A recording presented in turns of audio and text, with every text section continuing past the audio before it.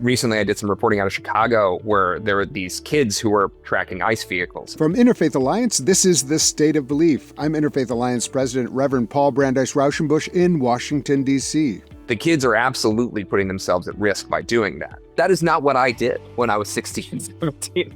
That family is actually a conservative Christian family based in Chicago. 2025 has been a historic year, and as always, religion has been a huge part of the story. Today, we're going to be looking back and, importantly, looking ahead as a way to identify the trends and patterns that will otherwise only emerge when today becomes history. I'll be joined by award-winning Religion News Service journalists Jack Jenkins and Adelle Banks. We need these voices heard now more than ever. Make sure you subscribe, share, and rate The State of Belief at Apple Podcasts or your favorite podcast platform. Taking a minute to do these things really helps other people discover our show and become listeners too. Our library of past conversations includes over 100 hopeful, empowering, and inspiring interviews with guests like Bishop Mariann Budde, Rabbi Sharon Brous, Dr. Najiba Saeed, and many others. You can help grow The State of Belief with a financial contribution right now. Find out how at stateofbelief.com, and you can support and join the work of Interfaith Alliance at interfaithalliance.org. Before we get started with this great interview with Jack and Adelle, I want to just say thank you to each of you who has been a part of the State of Belief community for this last year. This has been incredibly hard, but it's also been an extraordinary year. And this year we've been talking about courage a lot with so many of our guests. But it's also about your courage, about the way you've shown up, about the way you've supported this show, The State of Belief, but also how you've supported Interfaith Alliance. And just know that, my thoughts are with you as we turn the year, and really praying that this next year is a time. Our tagline for 2026 is the spirit of courage, uniting America 250.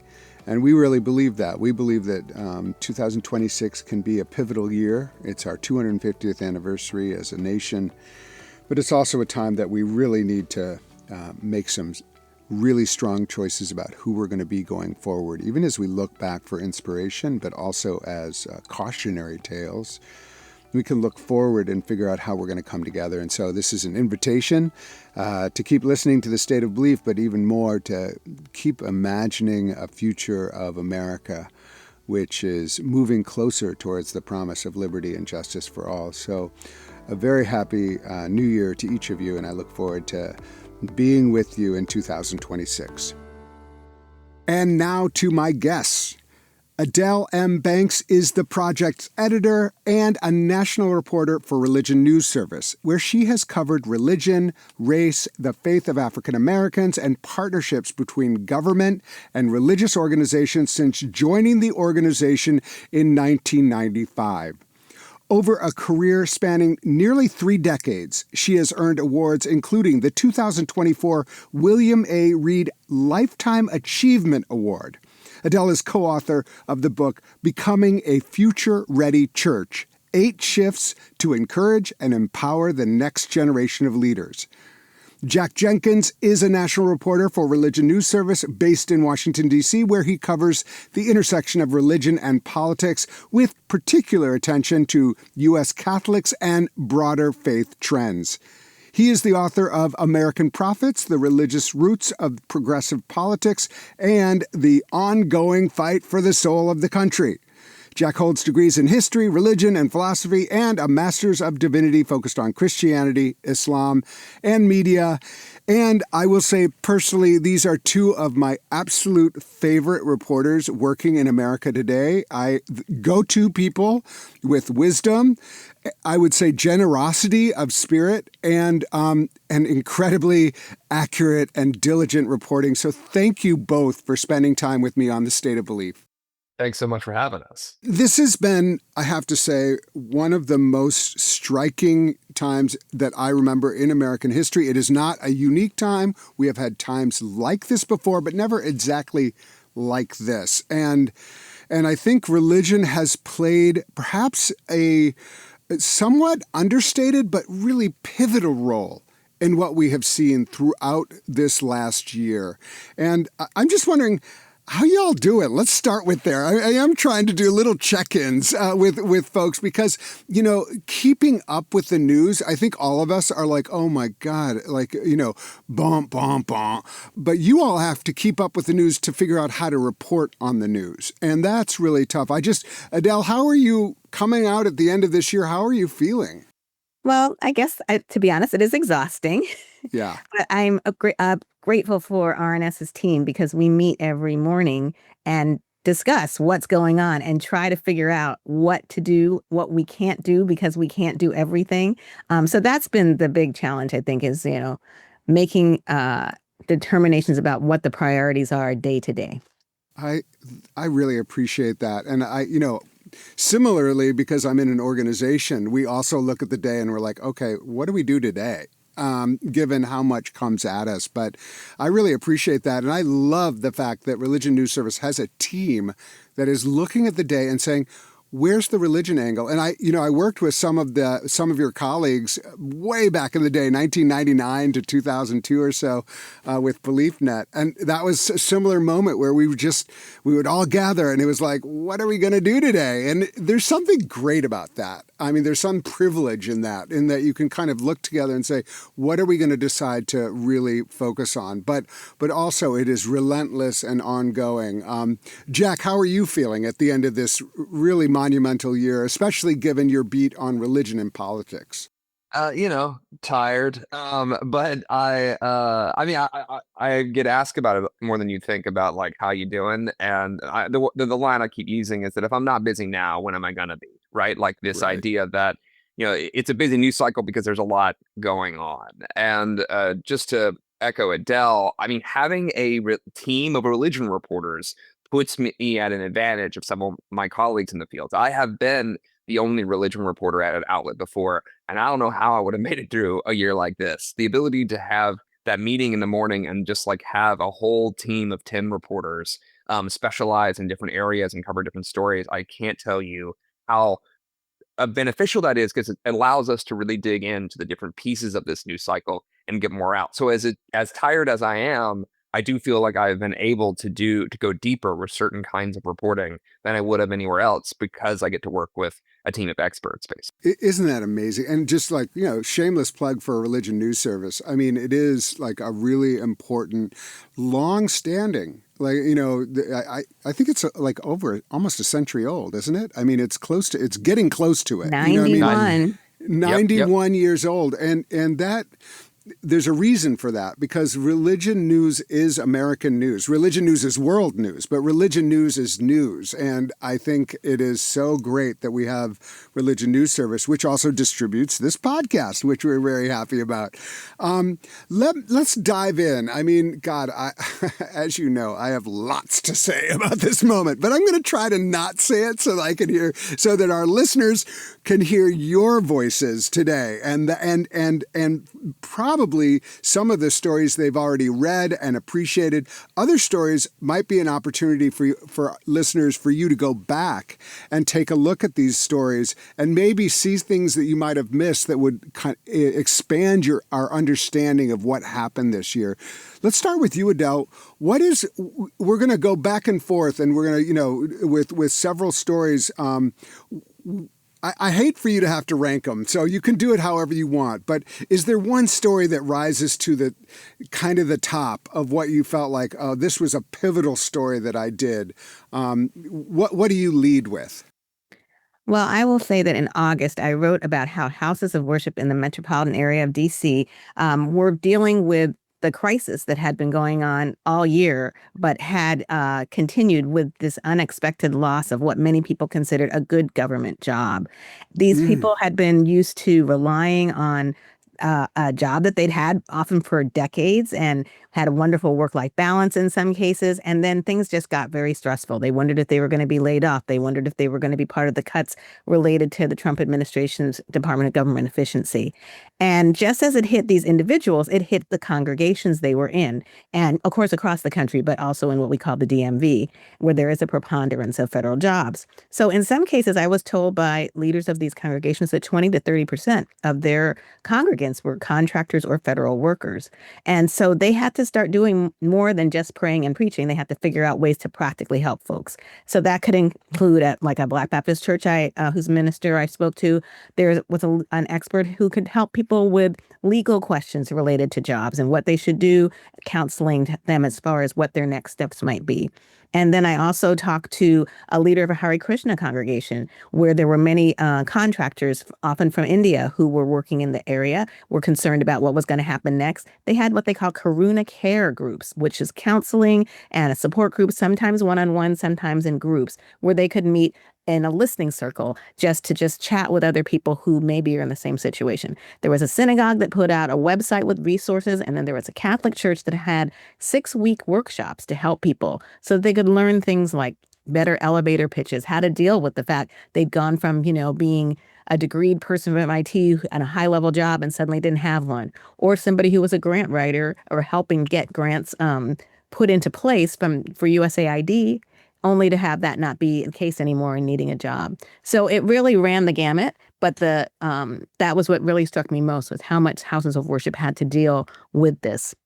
Yeah, wow, that is really important. That's a perfect example of religion reporting of a story that is very real in people's lives, very real in the fabric of a community, that if it doesn't get reported, people forget that all of these, the devastation and also the uncertainty. That was part of what was going on with this, is like, are we getting cut? We're getting hired back. They're offering us a deal. Should we take the deal? What happens if I take the deal and then they rescind the deal? All of it is a religion story. People don't think of that as a religion story, but that's a perfect example of how all stories have a religion angle. That's one of the things we talk about, but has real implications for religious communities, which are made up of people and people who are suffering. And I thank you. That's a great way to start. Jack, what rises to the top for you? I think one of the most obvious ones, it ties into what I said earlier about how it's really helpful to have a team here, is the broader story of faith-based pushback to the Trump administration, particularly around immigration. It has been an all-consuming story that honestly has like literally dozens of minor sub-beats within it. But it began his first full day in office with that sermon that was preached to him by the Episcopal Bishop of Washington, Episcopal Bishop Mariann Budde, who, when she called on the president to have mercy, as she put it, on immigrants and transgender children. And from then on out, it has basically been a constant series of prominent religious criticisms of this administration and their immigration policies. That's everything from a series of lawsuits filed by faith groups. We have 60 plus faith groups that have signed on to these lawsuits now over things such as the administration's decision to largely shut down refugee resettlement, over the administration's decision to rescind a policy that discouraged raids at sensitive locations, including churches. Entire denominations have signed on to these lawsuits, by the way.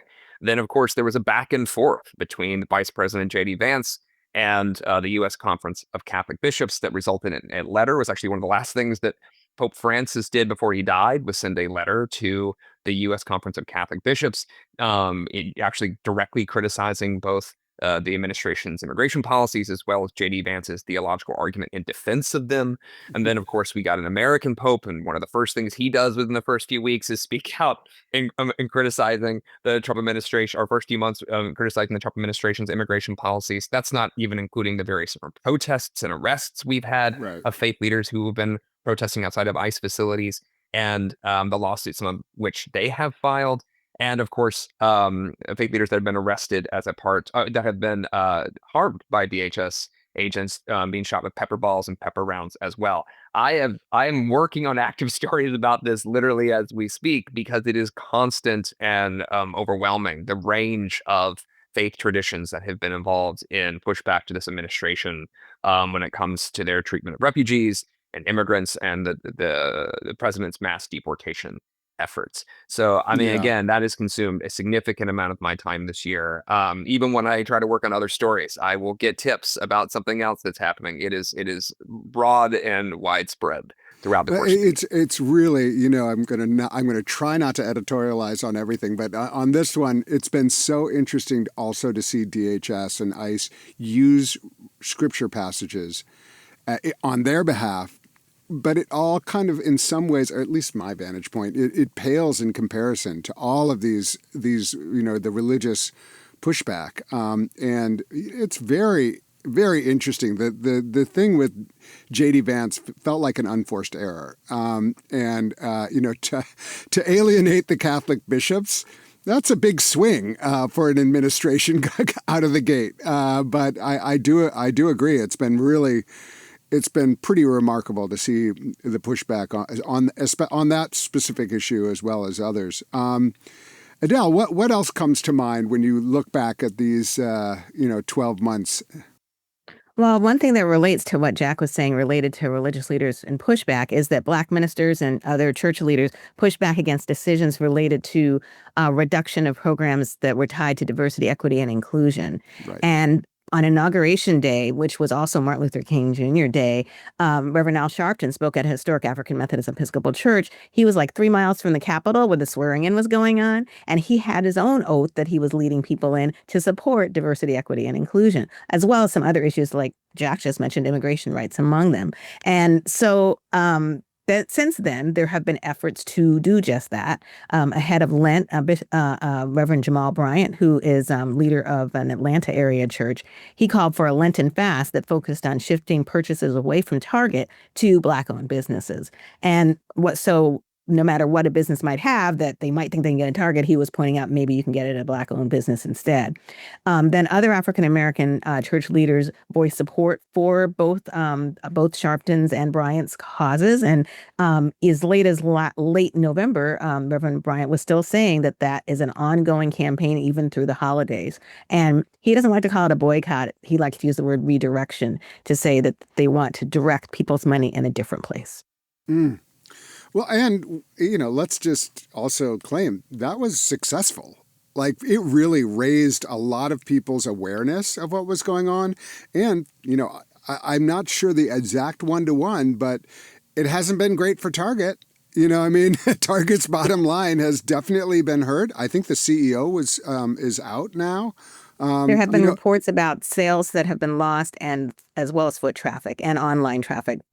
Yeah. And so, you know, and almost simultaneously, you have Costco, who's like saying, no, we're not going to do that, and gaining some of the support of Black leadership and you know, diversity, equity, and inclusion as values in American life, and standing up for those against, you know, this kind of DEI attack as if those are not values that we should hold, you know, sacred even.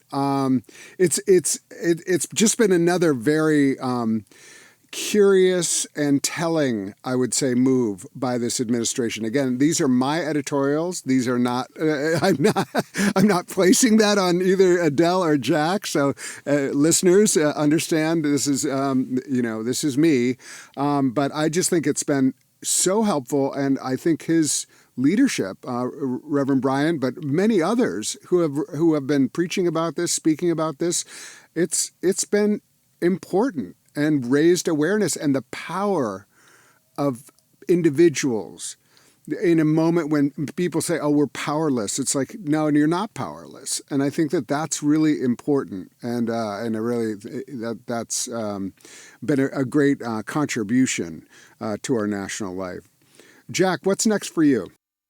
I think one of the other, I was talking about kind of criticisms of the Trump administration, but you kind of mentioned, the tendency for the administration also to invoke faith on its own. And DHS and the Department of Defense have also put out videos on their social media feeds that utilize scripture or religious references. We've seen that a lot. And a story underneath that I think is pretty notable is the kind of, I've written about Christian nationalism for since the beginning of the first Trump administration, but now we're in a stage where there are individuals who either self-identify as Christian nationalists or openly say that they support Christian nationalism, who are either now a part of this administration or who are in the orbit of this administration. And two prominent examples of that are, of course, Russell Vogt, the head of the Office of Management and Budget. He promoted Christian nationalism by name in between the first and the second Trump administration, and regularly appealed to faith throughout that time period, and now has had a deep and abiding impact on just the way the federal government is structured, never mind the winnowing of the federal government. And then in addition to that, Pete Hegseth is, of course, the Secretary of Defense, and he is a member of the denomination that was co-founded by Doug Wilson, a pastor out of Moscow, Idaho. And Doug Wilson has been a controversial figure for a long time, but in the last, 5 to 10 years, he's really kind of started owning this idea of being a Christian nationalist. And this is a person who also believes that women should not vote. He thinks that households should vote instead.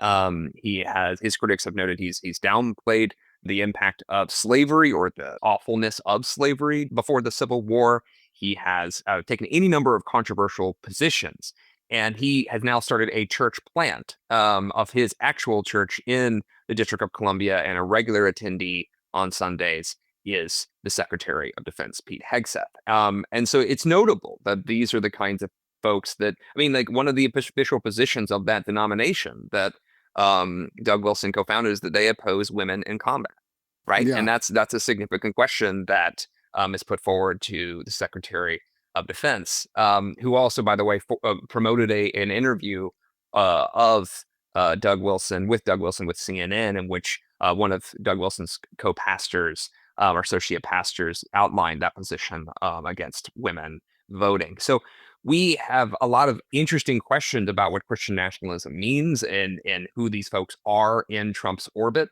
And I can go down a whole nother rabbit hole about how the camps that I just outlined are actually sometimes in direct conflict with another religious wing of Trumpism, but I will just leave it at that is another layer of influence that actually looks a little different than it did in the first administration, when we were primarily talking about a circle of evangelical advisors that were around the president himself. Yeah, it is very interesting how many prominent Christian nationalists are in positions of power right now and using that. Even things that that the moment that Secretary Hegseth brought all of these generals in front of him and called them fat, but then also said you can't have any facial hair, and then you think about, well, what are some of the religious traditions that actually have facial hair? And those are, there's lots of layers to all of this, but one of the layers for sure is a kind of Christian nationalist and insistence on Christian privilege and a particular kind of Christian privilege, and it's it has been rather outrageous. And then on top of all of that, having the very questionable attacks on these boats in the Caribbean and the ethics of that and just war and all these kind of ideas that have religious roots that are totally, uninterested in. Again, this is my commentary. Jack is not, but it is all of this, the question of what is ethical in war and what is religious moralism in war. And I think Hegseth really brings serious questions to that. I don't remember ever feeling quite as unnerved by a Secretary of Defense as Hegseth. I'm a little bit of a peacenik myself, but I never thought that the position itself was a danger. And with Hegseth, I really do. And to your point, just as one additional thing, I'll note that, when we have these conversations about the way things are being handled, for instance, in the Caribbean, the bombing of boats by the U.S. government in that area, one of the places people look now to understand where Pete Hegseth might stand on this, in addition to his own past rhetoric, is what Doug Wilson is saying on his YouTube page, right? Mm. And the Department of Defense did put out a statement after there was a lot of controversy surrounding Pete Hegseth putting out that interview with Doug Wilson, saying he does support the right of women to vote. But the fact that we had to ask that question is just not something we've typically had to do with past departments of defense. It's just a different dynamic, and we're used to it. It's so grotesque, I have to say. I mean, like with, and how top women leaders and top black leaders in the Pentagon have not felt welcome, and we just have to name that. And this is also part of this Christian nationalist worldview about males, white males, obviously straight white males, and anyway, I can't. I'm gonna leave it there. My listeners, you know where I was about to go about Hegseth and his, anyway. Up next, much more with Adelle Banks and Jack Jenkins. You can hear full episodes of The State of Belief anytime on our website at stateofbelief.com. You'll also find links to topics we discussed this week, as well as transcripts and more. And make sure you subscribe, share, and rate The State of Belief at Apple Podcasts or your favorite podcast platform. You're listening to The State of Belief, where religion and democracy meet.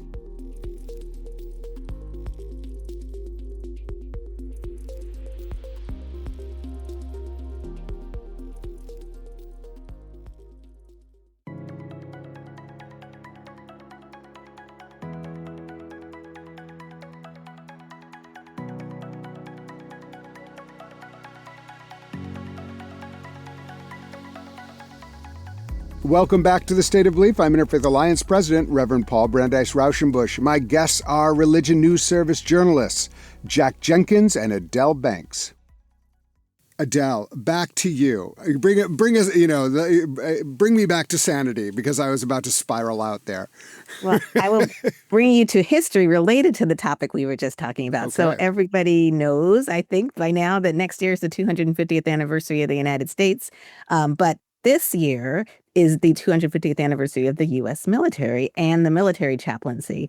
So I had a chance to write about that, and I will say that I need to thank the chaplain, like basically the person who is the leader of chaplaincy work for the Southern Baptist Convention, for helping me realize that, because I was watching the live stream of that gathering, and this was Major General Doug Harvard, retired chaplain, and he's a former Army Chief of Chaplains, and he mentioned this at the time when the military is recognized every year at this meeting, but he ticked off all the places there have been chaplains: Valley Forge, Civil War, World War I and World War II, Vietnam, Iran and Afghanistan, all places that chaplains have comforted the wounded and dying military members.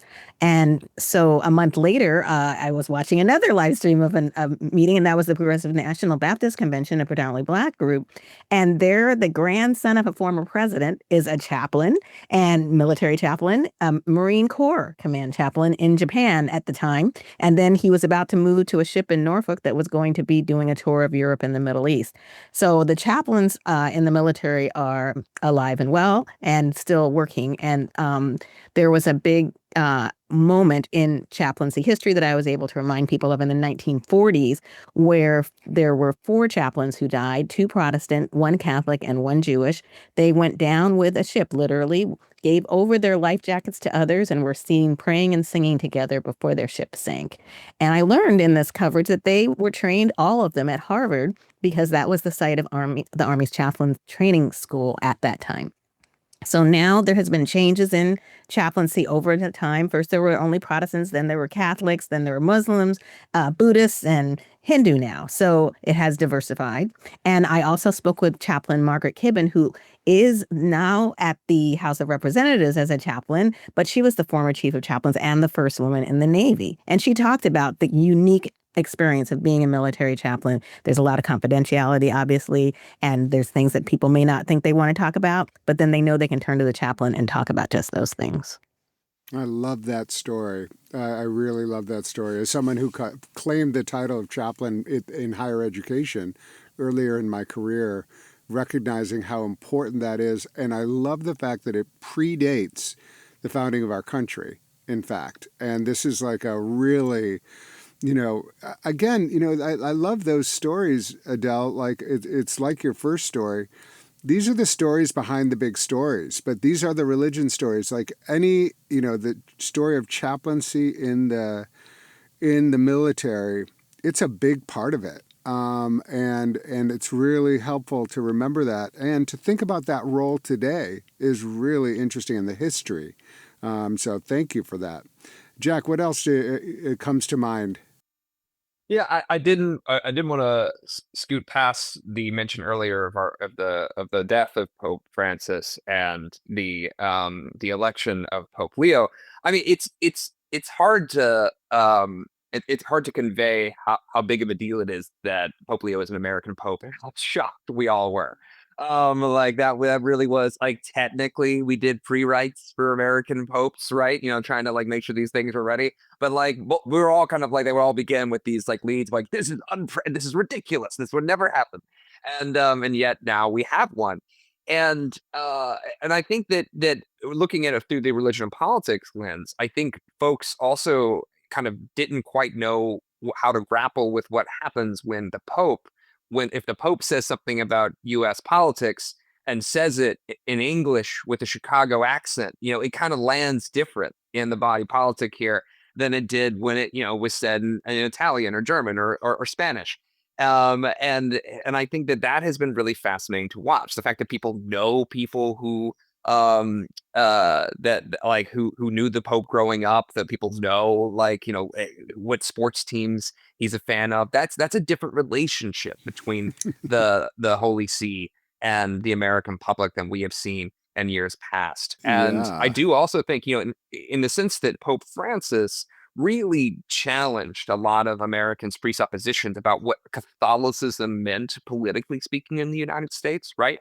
Like, I'm not stepping away from any of the church positions that I think a lot of liberals and progressives disagree with in regard to, say, abortion and same-sex marriage, what have you, and yet also spending way more of his time on things like climate change and the plight of immigrants and refugees, those sorts of things, prioritizing that, and Pope Leo very seemingly picking up those same mantles, with two papacies in a row where that's the case. It really has shaken how people have really kind of understood Catholicism when it is invoked in a political context here in the United States. Now, I don't know what that looks like moving forward. I don't know if that's people distance themselves from Pope Leo, or if Pope Leo, like, it feels like he said too much about the American context and wants to step away from it. I do think it's interesting how much he said when he was talking specifically about Chicago, his home city.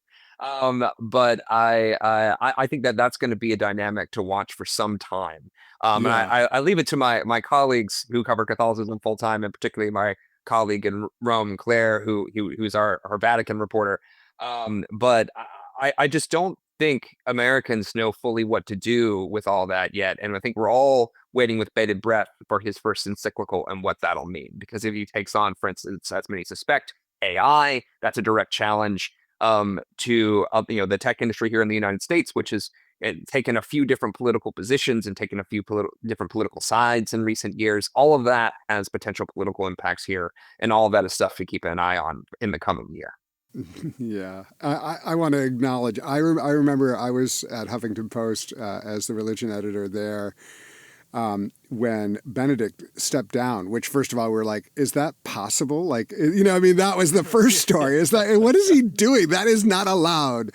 Someone tell him. And then, like, the preparation that goes into like this, and staying up all night is like, is it white smoke? Is it black smoke? It's like, what are we doing here? And all of a sudden now we were all like, my little team, we were like obsessed. And I was very glad, actually, that I could not like live and breathe the Pope for during this transition. I'm glad you both did, or your team did. It's very interesting, and I was shocked. And it's interesting how the Catholic Church in America, which is so divided, and made up of different.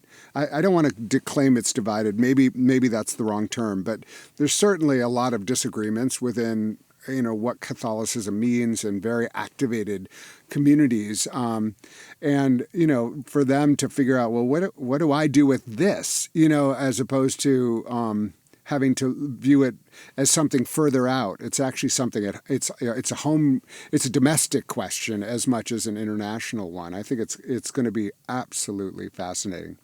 Why don't we look for one more from each of you? Maybe that might have felt a little bit more left field, or whatever you want to put out there. But I'm curious, what are just two more that we can remember together? Adelle? Well, since you wanted something of that nature, I'll mention one that's again about history. And that was I got to write a story because RNS worked in a project about comic books this year. And I wrote about the endurance of a comic book that dated to the 1950s called Martin Luther King and the Montgomery Story.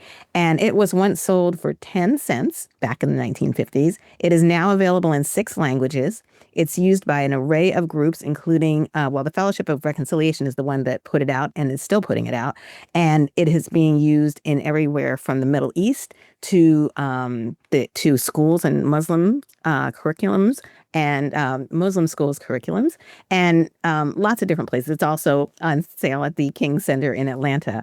But it tells the story of King's time in Montgomery and Alabama and how all of this work led to the boycott that became known so well, the bus boycott, and how it ended up achieving, there being public busing that was available to everybody. And the book ends with some advice about how you do the Montgomery method, basically. And part of it is seeing your enemy as a human being and a child of God, is what they say. So I wrote about this just so people would know the history of it, but also to know that it's had legs. I mean, it's been in South Africa. It's been in small Catholic groups in Latin America who have been studying this. In South Africa, it was for anti-apartheid activism. But it still continues in other ways because it was an influence of March, that graphic novel series that some people know that Representative John Lewis was involved in. And there's also a web comic that is called, of all things bad, Catholics Good Trouble, that was also inspired by that comic book.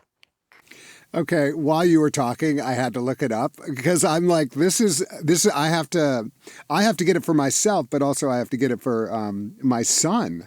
I just think this is incredible.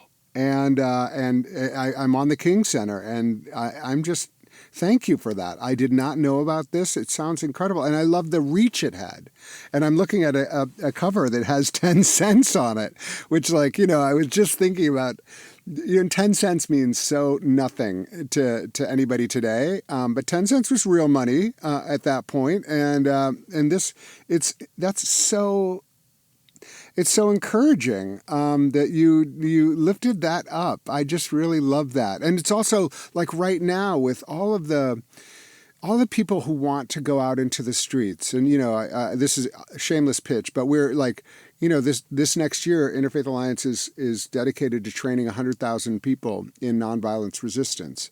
And I'm just thinking because we view this as a moment when people need to understand what it means to show up peacefully, persuasively, but intentionally towards a goal of, maintaining our democracy.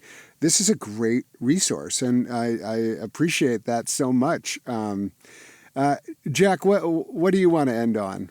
I'll cheat and do 1.5. The half one is just that I thought it's interesting, given all the lawsuits that have been filed by religious groups this year against the Trump administration. Several of them are making First Amendment or RFRA, Religious Freedom Restoration Act claims. It's hardly unprecedented. There's a lot of different folks who might, sit more in the progressive camp who are religious who file those kinds of claims over the years. But the prominence of these lawsuits kind of really calls into question how we're going to talk about religious freedom, because for so long conservatives had kind of claimed it as a field that they own in the political body politic. And, none of these cases that I'm referring to are being represented by the major legal firms that traditionally litigate this stuff. Some of the legal firms that even often will take a more centrist view on religious freedom are not involved in these lawsuits as of yet. And so it's just interesting to kind of see. I'm curious how that conversation about religious freedom, which really kind of went in one direction since the early 2000s, if it might shift over time. But the other one, the wilder one that stuck with me, so shortly after conservative activist Charlie Kirk was assassinated, there was a series of remembrances, and he was really involved. Faith was a big part of his life at the tail end of his life that he talked about a lot. But there was this moment where shortly after he was killed, 3 different megachurches over a weekend played an AI-generated version of him, so a version of his voice, kind of talking from beyond the grave, as it were, in their worship services. And he was introduced in all 3 instances as like, this is an AI creation. But in most of the cases, there was applause and response. And one of the occasions, there was a standing ovation.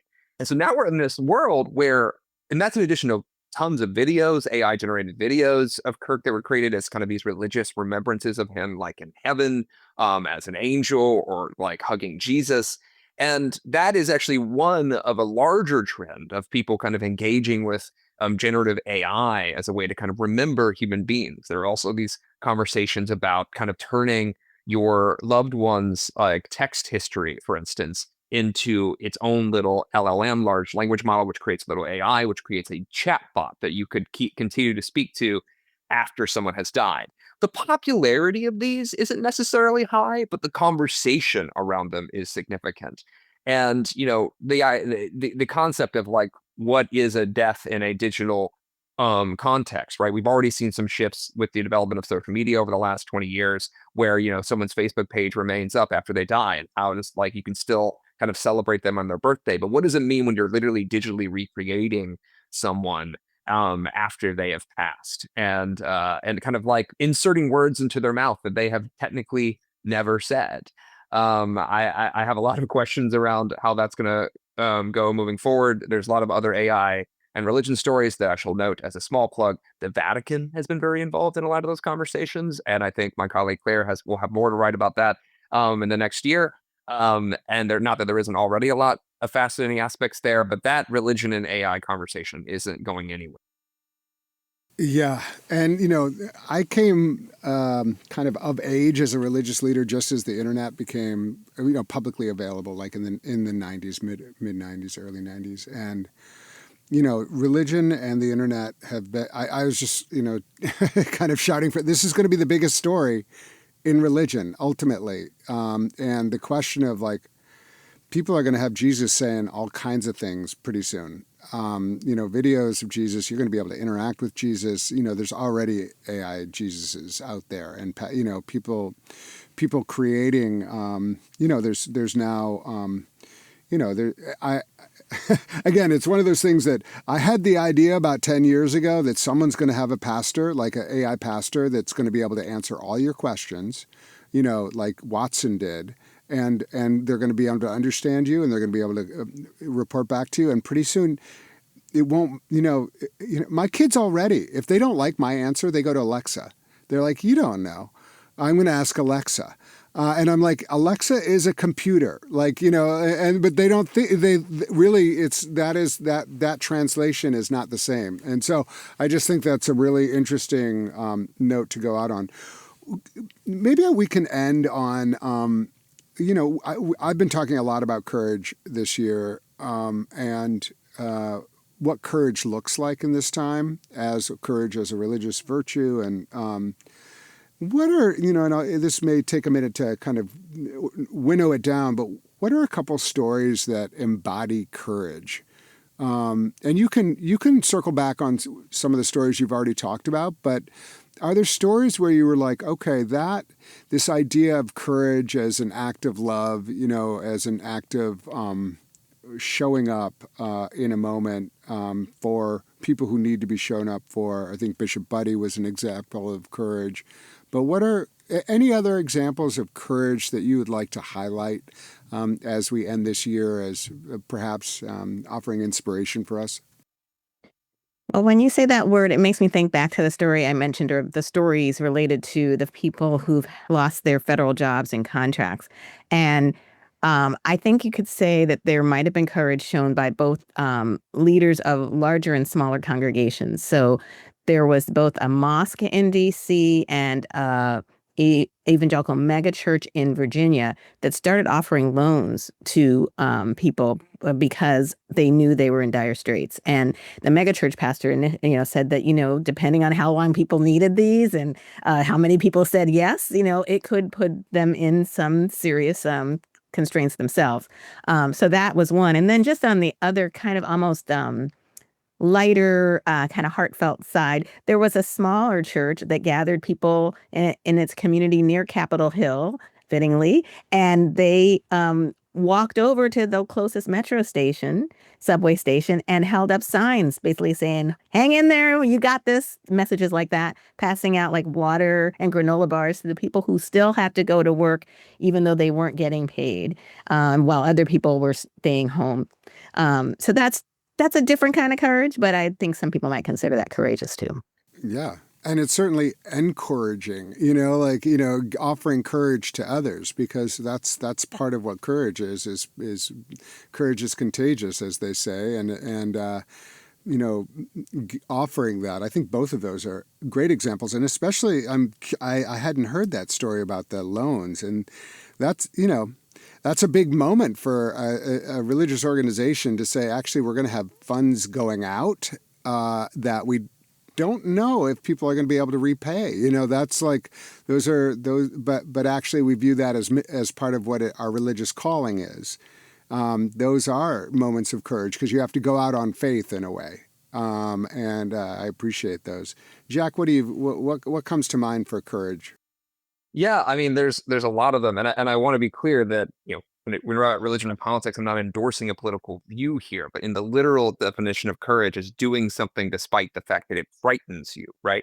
A couple of examples, just to kind of build off of what Adelle said. I also did some of that reporting about communities when they had lots of layoffs in their churches, where you have these folks who are struggling. Right. And this is at the very top of the federal government to the bottom of the federal employee pay grade, who are all suddenly without work, or who are furloughed, or who don't know what to do. And some churches are really well positioned to financially benefit those folks. Others are not. Right. And you just figure it out anyway. And I think a really interesting thing about this year is that a lot of questions that have often kind of been theoretical to churches or to people of faith about what would you do if this crisis came to your community or impacted one of your congregants, a lot of churches, synagogues, mosques, and what have you have had to directly confront these. Like, what do you do if one of your members of your church is detained? What do you do if a member of your church is going to go without money for quite some time? What do you do if someone in your church is a subject of national attention, right? And I think that's not a fun thing, I think, for a lot of people involved to have to grapple with, the faith leaders in particular.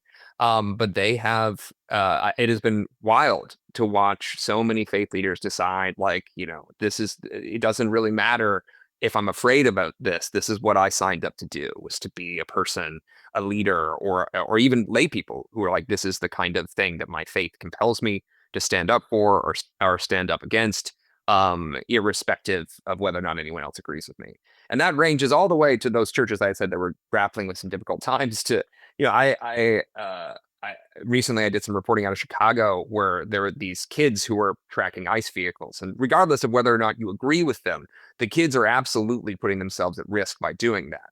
And I'm sitting in the back, and there's a 16-year-old and 17-year-old in the front of the car chasing federal agents, right? And that is not what I did when I was 16 and 17. That is not how I spent my senior year. And so it's just one of those things where across the political I'm curious, spectrum. how did you get onto that story? Is there a religious angle to that story? So that story, that family is actually a conservative Christian family, theologically conservative Christian family based in Chicago. The mother has actually been a longstanding advocate against sexual abuse in their denomination, the Anglican Church of North America. And when you're in their home, there's a giant quilt that she's hand stitched over the dining room table that represents different names of Jesus. Each one of the stitchings represents different names for Jesus. And she is also involved in aiding immigrants in that space. And that I did detect in that family the work that they're doing. The husband is also a professor at Wheaton College, by the way, which is an evangelical Christian college. Mm-hmm. A lot of concern, a lot of fear about what it means to take these positions in public, both in terms of how you could potentially get blowback from your fellow Christians to what that does with your relationship to the federal government. And for them, they felt very strongly that this was a matter of their faith. And so they were out there tracking ICE vehicles. And I should mention, one of the kids doesn't define himself as a Christian anymore, but the other one does. And they had a fascinating little theological development conversation about that, which you can hear in one of RNS's forthcoming podcasts. This was all just like a clandestine attempt to get you all to listen to the podcast about this. But what's the podcast? What is the podcast? I believe it'll come up on Complexified is the podcast that will get some of this audio. That's great. But all that is to say, like, irrespective of, one of the great, incredible things that I come across in my reporting, and Adelle has too, is that when you cover people of faith, irrespective of their politics or what have you, you're seeing a lot of people take positions or do things that are scary. And they do it because they believe it is right and they believe that it is righteous. And it is not something that you necessarily engage directly with in other beats. And that, which side or corner of the political aisle or, sphere, as it were, gets more attention varies by the year, but it is often me covering courageous people. It's just a lot of how I spend my time. Jack Jenkins is national reporter at Religion News Service. Adelle Banks is national reporter and projects editor at RNS. Thank you both for bringing your insights to the state of belief, your wisdom, your excellent reporting into the American public. And I hope you have a great new year, and I look forward to all your reporting in 2026. I don't think it's going to slow down. You may be right. Thank you so much for having us. Again, we appreciate it. Thanks again, Paul. Who do you know who would get a lot out of this discussion? Please share The State of Belief with them and be sure to subscribe to The State of Belief at Apple Podcasts or your favorite podcast platform. We need your help to continue growing The State of Belief. Please make a financial contribution today at stateofbelief.com. That's stateofbelief.com. The views and opinions expressed on this program do not necessarily reflect those of Religion News Service or Religion News Foundation. The State of Belief is produced by Ray Kirstein and is a production of Interfaith Alliance. Become a member today at interfaithalliance.org. And be sure to join us next week. I can't wait. Until then, I'm Paul Brandeis Raushenbush on The State of Belief, where religion and democracy meet.